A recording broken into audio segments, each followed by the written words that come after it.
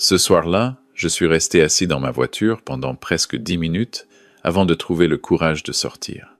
À travers le pare-brise, je regardais les invités défiler vers l'entrée du château, les hommes en smoking sur mesure, les femmes dans des robes que je n'aurais jamais su nommer, mais dont je devinais le prix au seul mouvement du tissu. Je me suis redressé, j'ai ajusté ma cravate, la bordeaux, celle que j'avais portée à l'enterrement de Madeleine il y a 3 ans. C'était la plus belle que je possédais. J'ai regardé l'enveloppe posée sur le siège passager épaisse, cachetée, avec le tampon du notaire en bas à gauche, et je l'ai glissé dans la poche intérieure de ma veste. Puis j'ai pris une grande inspiration, et je suis sorti de la voiture. Je m'appelle Henri, j'ai 63 ans. Je suis retraité depuis 2 ans, après 35 ans comme ingénieur dans une entreprise de travaux publics en banlieue parisienne. Je n'ai jamais porté de montre à 10 000 €. Je ne suis jamais parti en vacances aux Maldives. Pendant la majeure partie de ma vie d'adulte, j'ai conduit des voitures d'occasion, mangé des repas simples, acheté mes costumes en solde. Les collègues pensaient que je vivais chichement. Madeleine et moi, on souriait de les voir penser ça. Ce qu'ils ne savaient pas, ce que presque personne ne savait, c'est que depuis l'âge de 28 ans, j'avais acheté des appartements, pas des palaces. Des petites surfaces dans des arrondissements parisiens que tout le monde jugeait inintéressants dans les années 90. Des studios rue de la Roquette, un 2 pièces à Belleville, un autre à Montreuil, quand Montreuil n'était encore rien. Un par un, patiemment, avec les économies accumulées, les héritages de mes parents, les primes discrètes d'une vie de travail appliquée. Madeleine tenait les comptes dans un cahier à spirale qu'elle gardait dans le tiroir du bas de sa table de nuit. Quand elle est morte, j'ai ouvert ce cahier. Il y avait 10 à 7 lignes. 17 propriétés, 2 700 000 € de patrimoine net, après déduction des crédits soldés depuis longtemps. Mon fils unique n'était pas au courant. Enfin, il savait vaguement que son père n'était pas sans le sou. Mais il n'imaginait pas l'ampleur. Les gens qui vivent en regardant l'horizon ne regardent jamais leurs pieds. Et mon fils, depuis qu'il avait rencontré celle qu'il allait épouser ce soir-là, regardait très haut. Je l'avais connu différent. Petit, il ramassait des escargots dans le jardin de la maison de ma sœur en Normandie et les mettait dans des boîtes à chaussures en leur faisant des petits lits de feuilles mortes. À 15 ans, il m'avait aidé à repeindre la cuisine sans que je le lui demande. À 20 ans, quand Madeleine était tombée malade une première fois, une alerte. Pas encore la fin, il avait pris le train depuis Lyon, où il étudiait pour être là le week-end suivant, avec des fleurs et une tarte aux pommes qu'il avait faite lui-même. Et puis, il avait rencontré ma belle-fille. Je ne dis pas que c'est elle la coupable. Je ne suis pas naïf à ce point. Les gens deviennent ce qu'ils choisissent de devenir. Mais elle était issue d'un milieu où l'on mesurait la valeur des hommes à l'épaisseur de leur portefeuille et à la marque de leur costume. Son père était directeur associé dans un cabinet d'audit, sa mère siégeait au conseil d'administration de 2 associations culturelles du 16e arrondissement. Ils habitaient avenue Foch, pas près de l'avenue Foch, sur l'avenue Foch. Mon fils avait grandi dans notre pavillon de Villemomble. La première fois que je les avais rencontrés, le beau-père m'avait serré la main avec la chaleur de quelqu'un qui signe un document administratif. La belle-mère avait regardé mes chaussures. Pas longtemps, juste assez. Les mois qui avaient suivi les fiançailles, j'avais senti mon fils changer de texture. Il avait commencé à parler du niveau de vie qu'il voulait offrir à sa future femme, des apparences à tenir, des relations importantes à cultiver. Il m'avait demandé, presque en passant, si je pouvais l'aider à financer une partie de l'appartement qu'il voulait acheter dans le 12e arrondissement. 240 000 € d'apport. Je les avais virés sans discussion le lendemain. Il m'avait dit merci en réponse à mon SMS. C'est tout. Pas d'appel, pas de visite. Un merci en réponse à un SMS.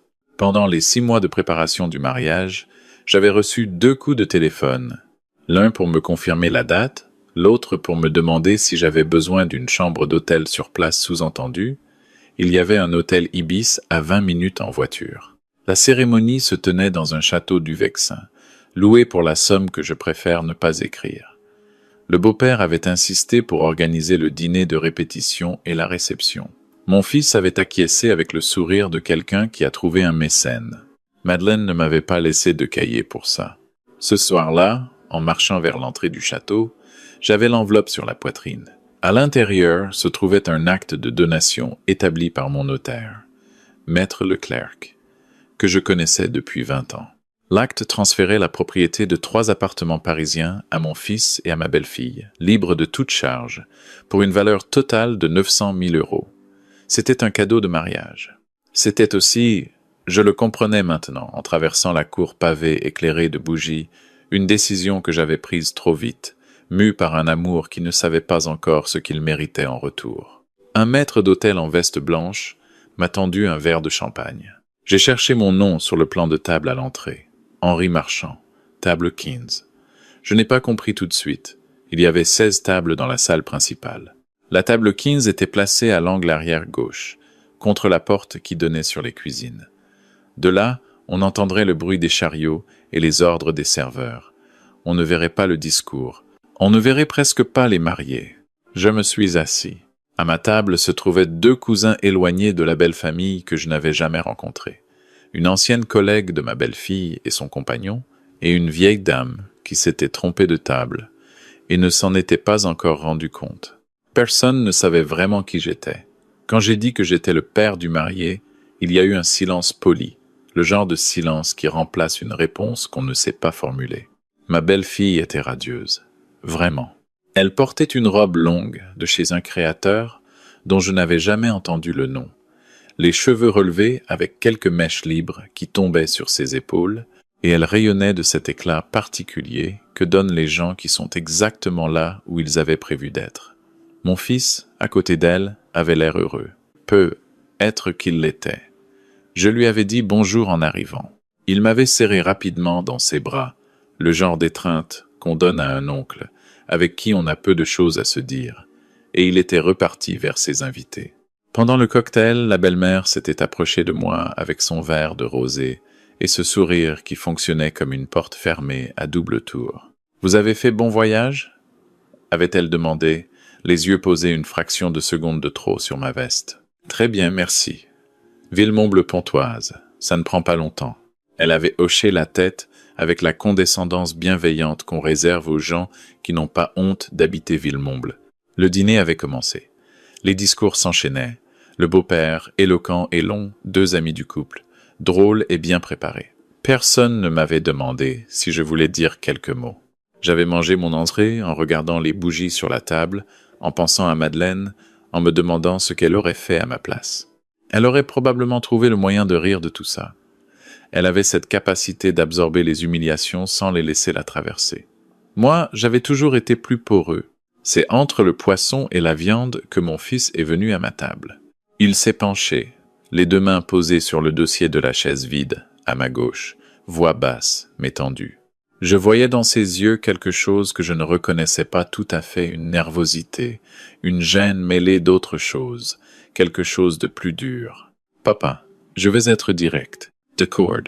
La famille de Charlotte, ses parents, ses oncles, ils trouvent que tu jures un peu avec l'ambiance. Ta veste, la façon dont tu t'es assis pendant les discours. Le beau-père m'a dit quelque chose, et Charlotte est stressée depuis tout à l'heure. J'ai posé ma fourchette. Qu'est-ce que tu me demandes? Il a baissé les yeux une seconde, puis les a relevés avec cette expression que j'avais appris à reconnaître chez lui, depuis qu'il avait commencé à fréquenter ce milieu, ce mélange de conviction et de mauvaise conscience, comme quelqu'un qui a décidé depuis longtemps ce qu'il allait dire et qui fait semblant de décider en ce moment même. On préférerait que tu rentres, ce soir, avant le dessert, tranquillement, sans faire d'histoire. Autour de nous, quelques regards s'étaient posés. La cousine éloignée regardait son assiette avec une application suspecte. Le maître d'hôtel s'était immobilisé avec son plateau à 2 mètres de nous. J'ai senti quelque chose se stabiliser en moi, pas une colère. Plutôt l'inverse, une clarté, froide et propre, comme quand on ouvre une fenêtre en hiver et que l'air du dehors entre d'un coup. Je me suis levé lentement. J'ai boutonné ma veste. J'ai glissé ma main dans la poche intérieure et j'ai sorti l'enveloppe. Mon fils la regardait sans comprendre tout de suite. « C'est quoi? » « C'était ton cadeau de mariage. Un acte de donation. 3 appartements à Paris. 900 000 €. Il a ouvert la bouche. Rien n'en est sorti. Puisque tu me demandes de partir, j'ai dit, je suppose que tu n'en auras pas besoin. J'ai tenu l'enveloppe à deux mains et je l'ai déchirée. Une fois, puis encore, jusqu'à ce qu'il ne reste plus que des morceaux de papier épais sur la nappe blanche entre nos deux assiettes. La salle n'était pas silencieuse. Il y avait de la musique, des conversations. Mais autour de nous, dans ce périmètre de quelques mètres, quelque chose s'était tu. J'ai regardé mon fils une dernière fois, pas avec de la colère, avec quelque chose de plus triste que ça et de plus définitif. Bonne nuit, fiston. Et je suis sorti. J'ai conduit pendant 1 heure sans destination précise. À un moment, je me suis garé sur une aire sur la Hawkins. J'ai coupé le moteur et je suis resté là, les mains sur le volant, dans l'obscurité. La radio jouait une chanson ancienne que Madeleine aimait. Je n'ai pas pleuré. Je m'étais attendu à pleurer, mais il n'y avait rien, juste ce silence intérieur que je ne savais pas encore si c'était de la paix ou de l'engourdissement. J'ai rappelé Maître Leclerc le lendemain matin. L'acte de donation, j'ai dit, il n'a pas été remis, je souhaite revoir les dispositions. Il y a eu un silence bref, professionnel. Je comprends. Quand souhaitez-vous passer? Je suis allé le voir 3 jours plus tard avec un café et une idée claire en tête. Si les appartements n'allaient pas à mon fils, ils n'allaient pas non plus rester à moisir dans des cartons. J'avais une nièce, la fille de ma sœur, qui travaillait comme aide-soignante à Rouen. Elle avait 2 enfants, un crédit immobilier sur 25 ans et un courage tranquille que j'avais toujours admiré en silence. J'avais aussi une association que Madeleine avait soutenue pendant 10 ans, une structure qui accompagnait des femmes seules avec enfants dans leur accès au logement, dans notre quartier, à 2 rues de chez nous. La nouvelle donation, je l'ai divisée en 3. 1 tiers à ma nièce, 1 tiers à l'association, fléché vers un fonds de garantie locative. 1 tiers placé sur un compte dont je tirerai les intérêts pour mes vieux jours, en toute tranquillité. Maître Leclerc a signé les actes un mardi matin, ensoleillé de novembre. En sortant de son cabinet, j'ai acheté un pain au chocolat dans la boulangerie d'en face et je l'ai mangé sur un banc. C'était le meilleur pain au chocolat que j'avais mangé depuis des années. Mon fils n'a pas appelé tout de suite. Les premiers jours, j'ai imaginé qu'il appellerait dans les heures suivant la soirée, puis dans la semaine. Puis j'ai arrêté d'imaginer et j'ai repris ma vie. Mes promenades le matin dans le parc de Villemomble, mes parties d'échecs en ligne, les travaux que j'avais prévus dans le pavillon, la gouttière à remplacer, les volets à repeindre. Ma sœur m'a téléphoné dès qu'elle a appris ce qui s'était passé. Quelqu'un lui avait raconté l'une des cousines présentes ce soir-là, probablement. Elle m'a écouté raconter sans m'interrompre, ce qui n'était pas dans ses habitudes. Quand j'ai fini, elle a dit « Tu as bien fait avec une certitude que je n'avais pas encore tout à fait, et ça m'a aidé plus qu'elle ne le pensait. » C'est au bout de 6 semaines que mon fils a appelé. J'étais en train de lire dans le fauteuil de Madeleine. Je m'y étais installé seulement depuis quelques mois, après 2 ans à le contourner comme s'il était sacré quand le téléphone a vibré sur la coudoir. Son prénom sur l'écran. J'ai regardé l'appel sonner. 2 fois, 3 fois. J'ai décroché à la 4e. Papa, sa voix était différente. Pas celle des derniers mois, cette voix lisse et légèrement condescendante qu'il avait adoptée comme un costume. Une voix plus ancienne, celle que je reconnaissais. Je t'écoute. Il y a eu un silence. Puis, je sais ce qui était dans cette enveloppe. Charlotte me l'a dit. Elle a appelé le notaire. Il a dit que l'acte n'avait jamais été formellement enregistré, puisque tu ne l'avais pas remis, donc il pouvait confirmer ce que contenait le projet initial. Je n'ai rien dit. 900 000 €, papa. Oui, et tu l'as déchiré devant tout le monde. Tu m'avais demandé de partir. Un autre silence. Plus long cette fois. J'ai honte. Sa voix s'était cassée sur le dernier mot d'une façon qu'il n'avait pas contrôlée, j'en étais sûr. J'ai vraiment honte. De ce que j'ai fait ce soir-là. De comment je t'ai traité ces derniers mois. Il s'est arrêté. J'entendais sa respiration. Je ne pensais pas que tu allais. J'ai cru que tu allais juste. Je ne sais pas. Accepter. Comme tu acceptais tout le reste. Tout le reste. Les places à table, les dîners où on ne t'invitait pas, les week-ends où on n'appelait pas, l'apport pour l'appartement que tu n'as pas remboursé. Un souffle court. Ça aussi. Oui. Je me suis levé du fauteuil de Madeleine et j'ai marché jusqu'à la fenêtre. Dans le jardin, le rosier qu'elle avait planté il y a 15 ans était en train de perdre ses dernières feuilles d'automne. Elle l'avait planté un samedi matin de mars, avec des gants de jardinage trop grands et un sérieux absolu. Je lui avais dit qu'il ne pousserait jamais à cet endroit, trop d'ombre. Elle m'avait répondu que je me trompais. Elle avait raison, évidemment. « Est-ce que tu veux qu'on se voie ?» ai-je demandé. « Oui, s'il te plaît. »« Bien. Je te rappelle pour fixer une date. » Je n'ai pas raccroché tout de suite. J'ai gardé le téléphone contre mon oreille une seconde de plus, à écouter le souffle de mon fils, ce souffle que je connaissais depuis qu'il était né. Depuis les nuits où je venais vérifier qu'il dormait bien, la main posée quelques secondes sur sa poitrine pour sentir ce va-et-vient régulier et rassurant. Puis j'ai raccroché.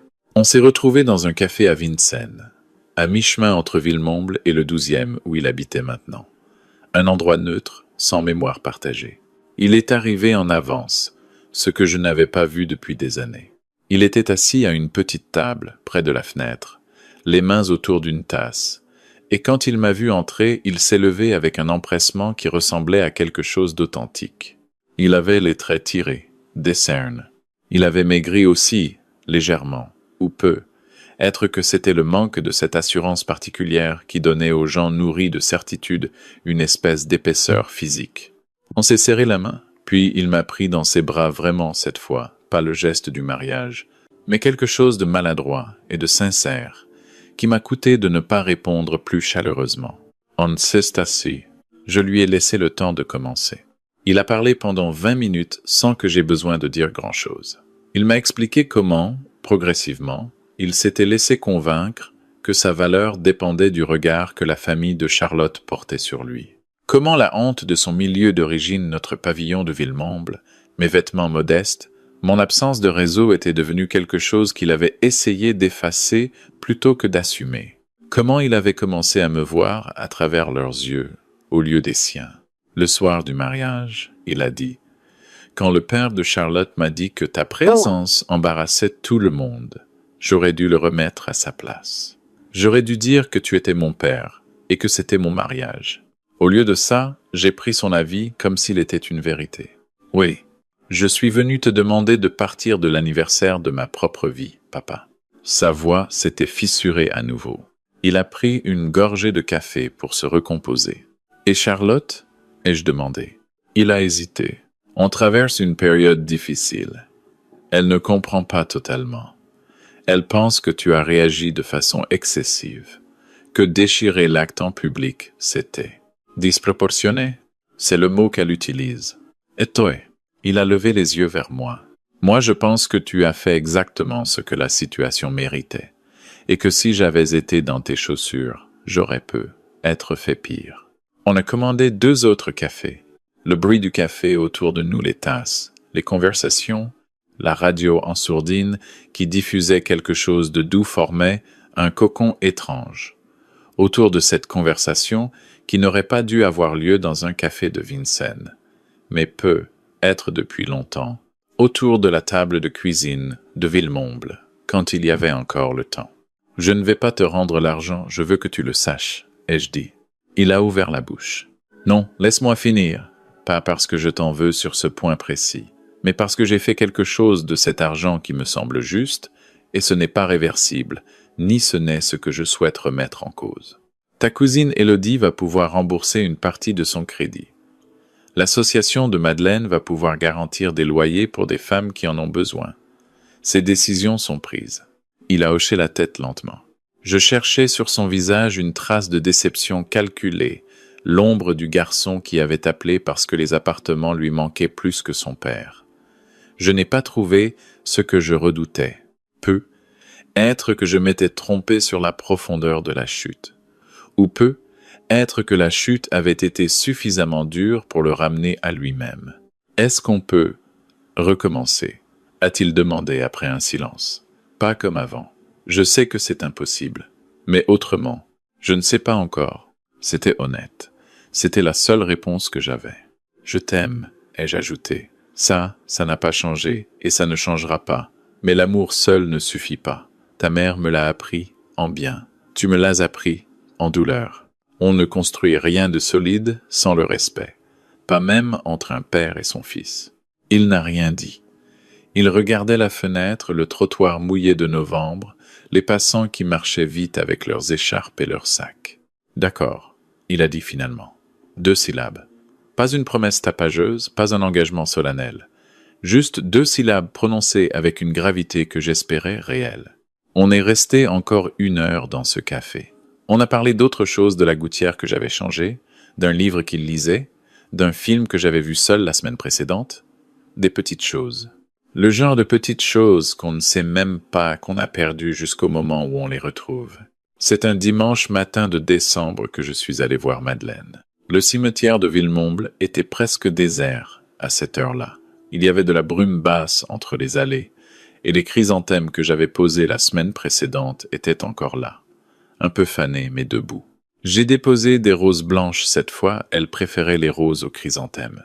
Mais en novembre, on n'a pas toujours le choix. Je me suis accroupi devant la pierre. Je lui ai tout raconté. Le mariage, la table contre les cuisines, l'enveloppe, les morceaux de papier sur la nappe. Le regard de mon fils au moment où j'avais déchiré l'acte. Le café à Vincennes, sa voix cassée, ses mains autour de la tasse. Élodie, qui ne savait pas encore que 3 semaines après notre rendez-vous chez le notaire, elle allait recevoir un courrier recommandé qui changerait le calcul de sa vie. L'association de Madeleine, qui allait pouvoir aider des familles dont elle n'avait jamais entendu les noms, je lui ai dit que j'avais dormi comme je n'avais pas dormi depuis des années, ces dernières semaines. Je lui ai dit que je mangeais mieux, aussi. Je lui ai dit que je m'étais finalement installé dans son fauteuil, pas pour l'effacer, mais parce que je comprenais maintenant que c'était un endroit fait pour qu'on y soit bien, et que rester debout à le contourner n'était pas lui rendre hommage. Il y a eu un oiseau quelque part dans les arbres. Un merle peut être, avec ce chant qui ressemble à une question. Je ne sais pas si on finira par se retrouver, lui et moi, ai-je dit. Vraiment se retrouver. Peut être que trop de choses ont été dites, ou pas dites, ou dites trop tard. Peut être que ça prendra des années. Mais au moins maintenant c'est vrai. C'est entre nous, sans phare, et sans argent pour combler ce qu'on n'osait pas se dire. J'ai posé la main sur la pierre froide. Tu avais raison pour le rosier, tu sais. Il est encore là. Je me suis relevé lentement, comme le font les hommes de 63 ans les matins de décembre. J'ai remis mes gants. J'ai regardé une dernière fois le nom de Madeleine gravé dans le granit gris, ses dates, cette petite éternité résumée en 2 chiffres avec un tiret entre les 2. Puis j'ai marché vers la sortie du cimetière. L'air sentait l'herbe froide et la terre humide, et quelque chose d'indéfinissable qui ressemble à ce que les gens appellent le silence. Quand le silence n'est pas simplement l'absence de bruit, mais l'absence de bruit. Quelque chose qui pesait et qu'on ne savait pas. Exactement combien ça pesait avant que ça disparaisse. La brume se levait doucement sur les allées. Je n'étais pas heureux comme dans les films. Je n'avais pas tout résolu. Mon fils et moi avions encore beaucoup de chemin à faire. Et être ne le ferions-nous jamais entièrement. La belle famille resterait ce qu'elle était. Certaines choses dites dans un château du Vexin un soir d'octobre ne se défont pas complètement. Mais j'étais libre. Libre de ne plus attendre une reconnaissance qui ne venait pas. Libre de ne plus réduire ma propre vie pour ne pas encombrer celle de quelqu'un qui ne m'en était pas reconnaissant. Libre de mettre mon argent là où mes valeurs vivaient dans les mains d'Élodie qui travaillait nuit et jour pour ses 2 enfants. Dans les murs d'une association qui portait encore le souvenir de Madeleine. Libre, surtout, d'être à nouveau moi-même l'homme qui conduisait des voitures d'occasion, qui achetait ses costumes en solde et qui avait bâti patiemment, pierre après pierre, une vie dont personne ne connaissait la valeur exacte, Zauf Madeleine. Elle l'avait su depuis le début.